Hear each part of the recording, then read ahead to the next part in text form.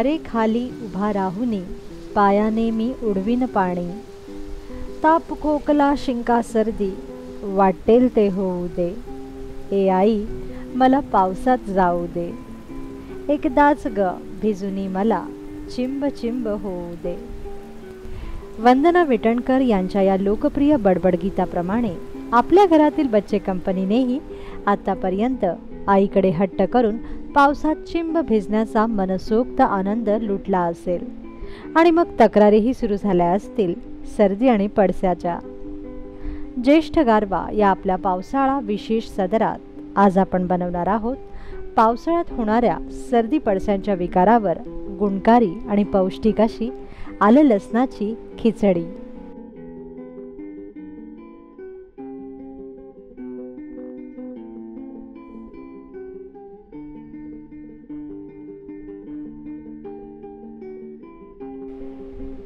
आलं लसणाची खिचडी बनवण्यासाठी आपल्याला लागेल अर्धा वाटी तांदूळ, 1 वाटी तूर डाळ, आल्याचा एक मोठा तुकडा, 10 ते 12 लसणाच्या पाकळ्या, 2 चमचे जिरे, 3 हिरव्या मिरच्या, 10 ते 12 कढीपत्ता, चिमूटभर हिंग, चवीपुरतं मीठ आणि 1 वाटी तूप. कुठल्याही प्रकारची खिचडी बनवताना लक्षात ठेवा की डाळीचं प्रमाण हे तांदळाच्या प्रमाणापेक्षा नेहमी जास्त असावं. सर्वप्रथम तांदूळ स्वच्छ धुवून 5 मिनिटं भिजवत ठेवा.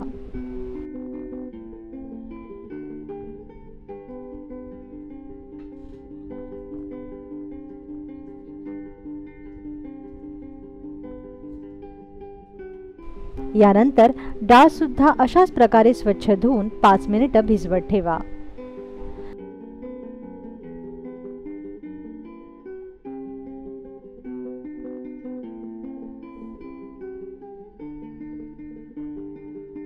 आता भिजवलेल्या डाळीत पाणी घाला आणि हळद व मीठ घालून कुकरला लावा.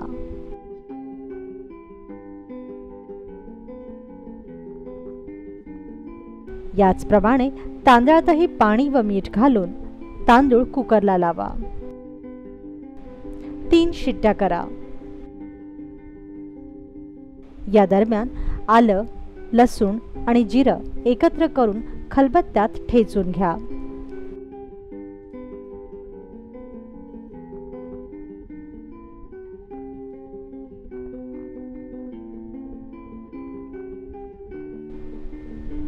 आता कुकरमध्ये साजूक तूप तापवून घ्या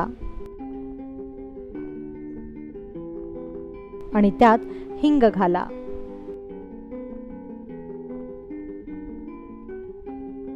नंतर यात कढीपत्ता घाला.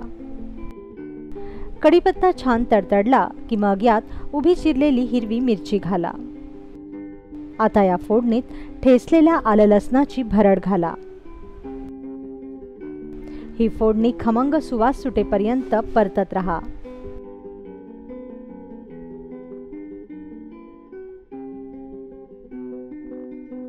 आता वरून यात हळद घाला. यानंतर या फोडणीत शिजलेला भात घाला आणि चांगला परतून घ्या.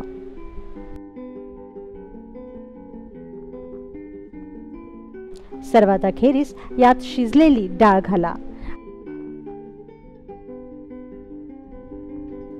आणि मिश्रण छान एकजीव करा.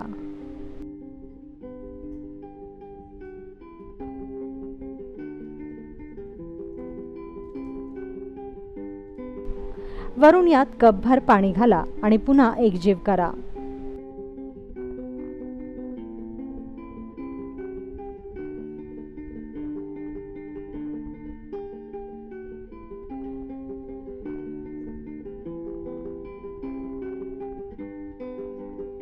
गरज वाटली तरच खिचडीत मीठ घाला.